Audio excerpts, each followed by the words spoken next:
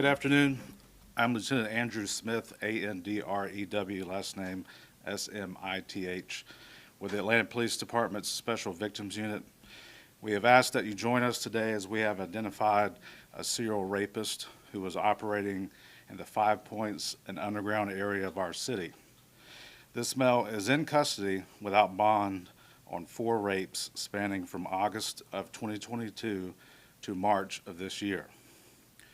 We are not identifying the male by name or photo due to our belief that there are additional victims that have not come forward, and we will not jeopardize the integrity of any future cases should there be any.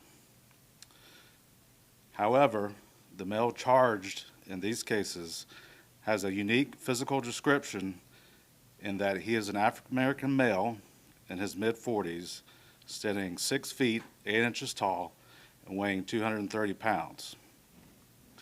So we are asking that if you or someone you know or a victim of a sexual assault perpetrated by a male whom you met in the Five Points underground area, whose physical description is that of an African American male in his mid-40s, standing 6 feet 8 inches tall and weighing 230 pounds, that you contact the Special Victims Unit at 404-546-4260.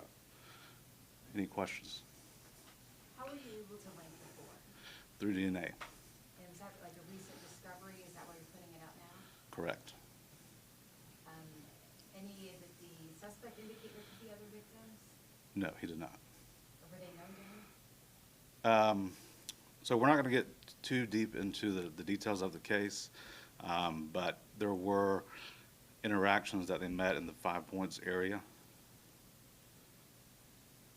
Can you talk about just those interactions, just so, for other people? How did they come across him? Was it a random? I mean, They were in fact random interactions, just through walking through the underground and Five Points area.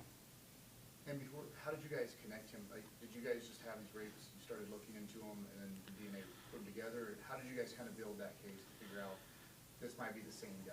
So it was in fact through the DNA process. Once we started having these cases in August and through the March, we got our DNA results from the GBI that connected the cases to him.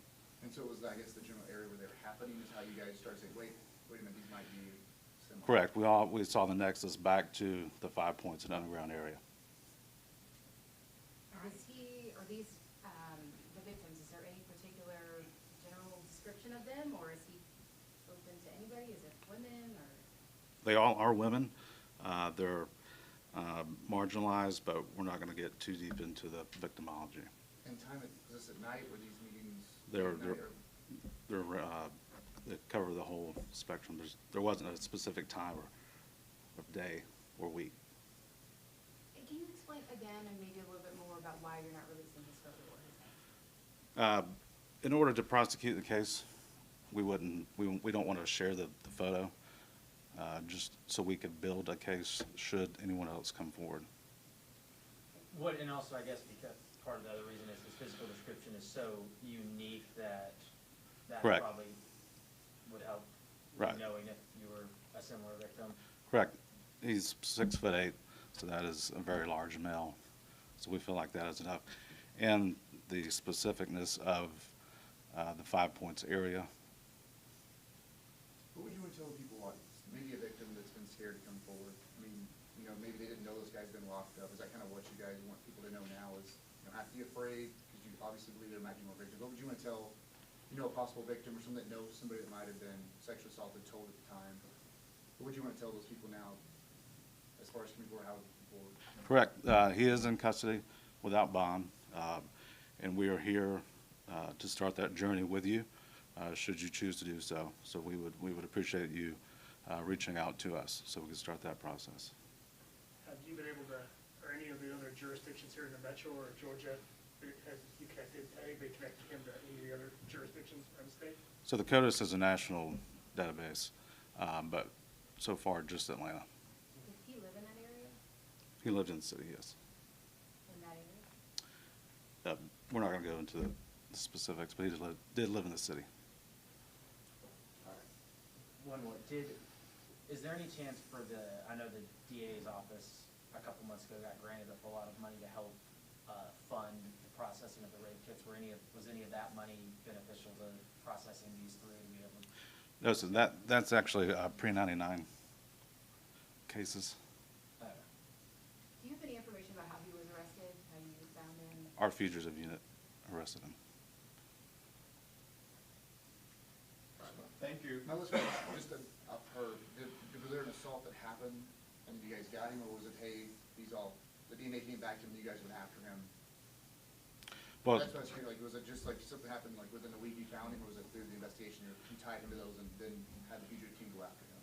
correct. So we had the victim come forward with a rape. We conducted an investigation, took out warrants, and then once the arrest was made, DNA was collected, and then, And then you tied him back? Correct. Okay, so it was one victim, then it's like, wait a minute, we're gonna look. yeah, once the DNA started coming back, it connected to the previous cases. Okay. Thank you.